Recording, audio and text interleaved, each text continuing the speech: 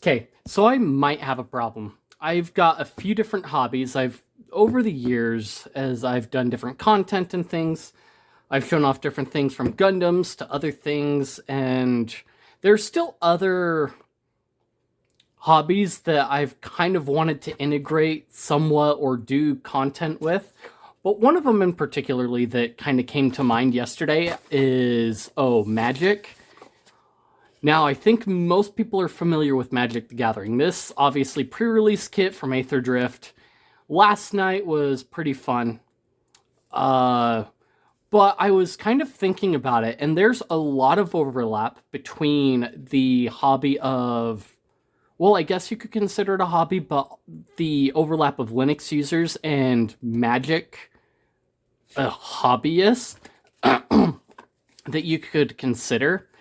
So, in the spirit of that, I kind of spotted today and got a second pre-release kit, because what better way to talk about the overlap between two different things than to open up and show off different things from one other one. So like this one, for example, if I pull it open, I can show you some of the pulls that I got, like, not that one, sheesh.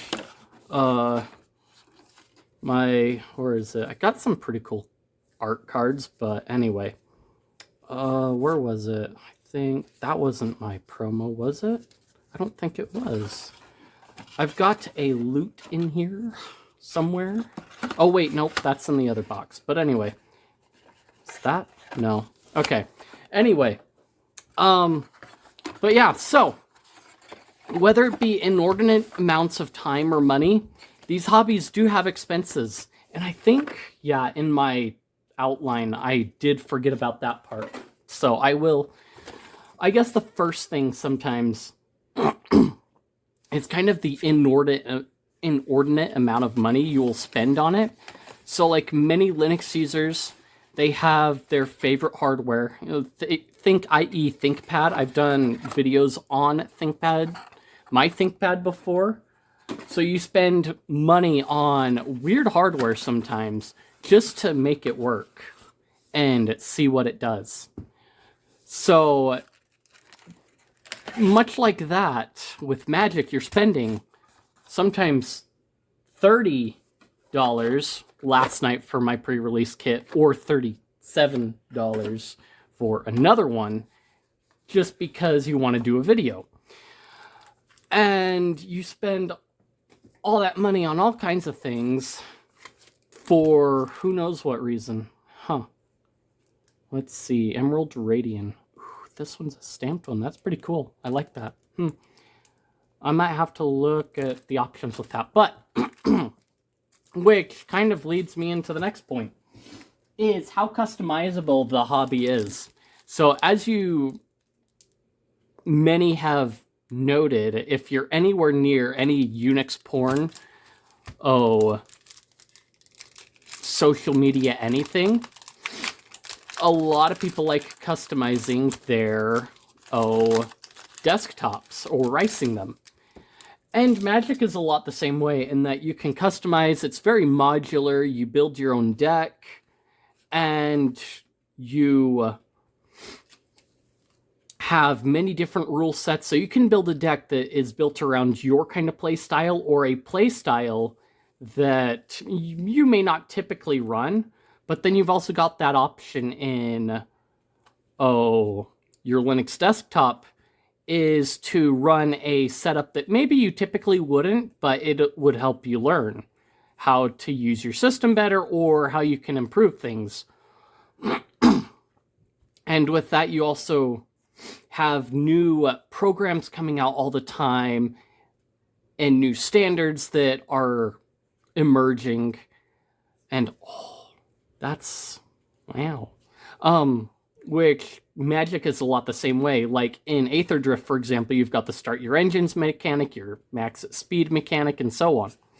You've got different cards that come out and different rulings for those cards. And also completely errata rules that will pop out.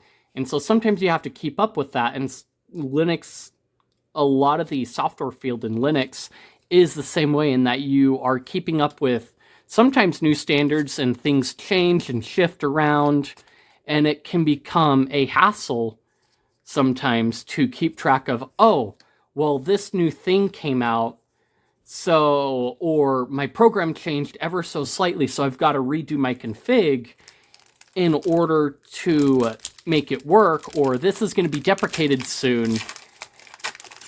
And it just kind of becomes a pain in the neck to work out what you have to do. Oh, I hate this one. The pre-release last night, flood the engine. Oh, it was bad. Anyway. So you have to keep up with standards and work out that kind of thing. So it becomes a bit of a chore sometimes to keep up with things and to be able to stay up to date on what is changing. Let's see. I put the foils over here. But yeah, Magic is a lot the same way in that, oh, we've got this new thing that came out. We've got new standard formats. People come up with custom formats. So like Commander, for example. And now pretty much everyone plays Commander.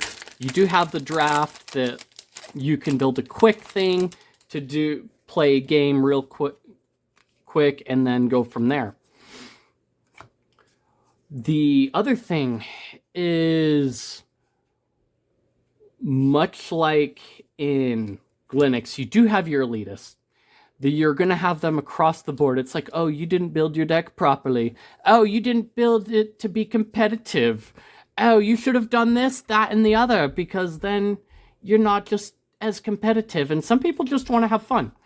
Just like on your Linux desktop, maybe you just want to learn, or you want to be able to have fun, and then someone comes in and ruins your day.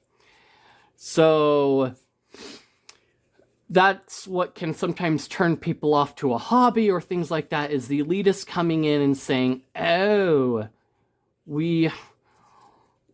this is how you should have done it, rather than offering feedback that could be used to improve things. They offer feedback that kind of denigrates them. So they're elitists across the board, and it just kind of shies people away from it and from spending money on the hobby, which can sometimes be sad, and at other times it's just the way it is. Oh, foiled. Yes. So kind of going back to the customizable thing with your decks. So as you can see, there are fancy art cards and things like that, the foils, and you've got all kinds of different options. If I showed off like a bunch of the other cards that I've picked up and spent money on individually, there are some fancier cards that add spice to the deck, especially with Commander. And Linux Rising is a lot the same way, in that you end up customizing a desktop in order to fit your workflow, but also to look really, really nice. And you don't always cash in on that workflow, depending on how much you spend on hobby tinkering your desktop. Magic can be the same way. You spend like hours building a deck that maybe you'll probably only play once. I know I've probably got one or two that I've played once, and that's about it.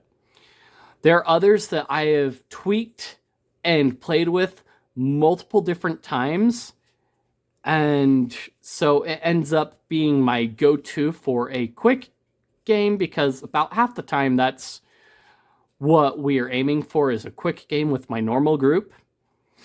But yeah, you kind of end up spending a lot of hours doing something that's pretty much useless and unproductive.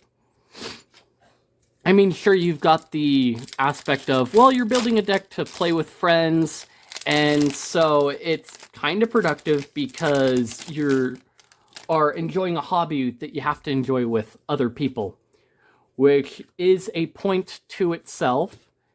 that it kind of forces you to socialize, and in some respects, so you can take that for what it's worth.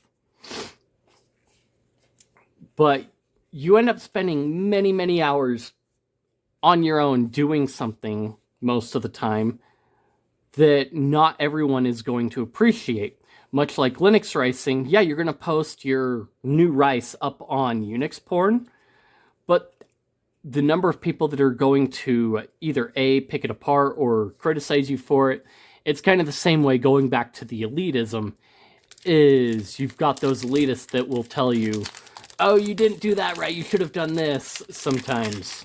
But then you've still got those people that are like, oh, that's way cool, and then others that are going to steal it, which I guess goes back to the customizability and modularity of everything, is you have the option of implementing things that you like from other people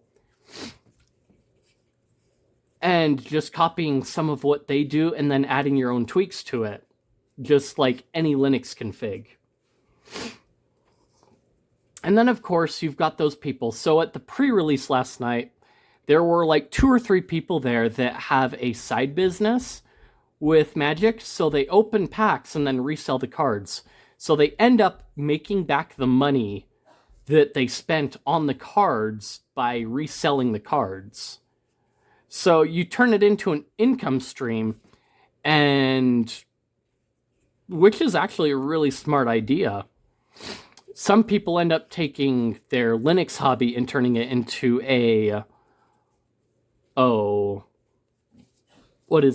income stream, whether it be through YouTube or other means by consulting with people on it or things like that. So you do have options for turning a hobby like that, like from the skills that you have or from reselling cards, into an income source that then you can spend more time on and it becomes more productive. So going back to the spending inordinate amount of times on being unproductive, you kind of turn your hobby into an income source, but if it's not the only thing that you're relying on for income, then you can still enjoy it, and it's not something that you have to do, and then it becomes something that bogs you down because, well, I have to do this because it's my business now, and it's my source of income, and it becomes a very important thing that you have to do. And yeah, but now I can justify writing off a lot of my purchases of Magic cards anyway, because, well, you know, look at that. But that's kind of the overlap that I noticed a little bit. If you have any other ideas, then I am all ears in the comments section and things like that. But that's kind of the pull apart of another pre-release pack for Aetherdrift. There are going to be a lot of cards in here that, I don't know, I'll see what I do with them. Maybe I'll put some into the other commander decks that I've built, but I've got some cards that I'm eyeballing for building a commander deck, hence the inordinate amount hours spent building decks that on time that could be spent otherwise. But yeah, so leave a comment, add anything else that you find that way that kind of goes along with what I was rambling on about. And yeah, if you liked the content, if you enjoyed it, if you think I deserve it, like, comment, subscribe, leave any criticisms you have or what have you. I appreciate it. Feed that algorithm, like I said, and I will see you guys in the next one.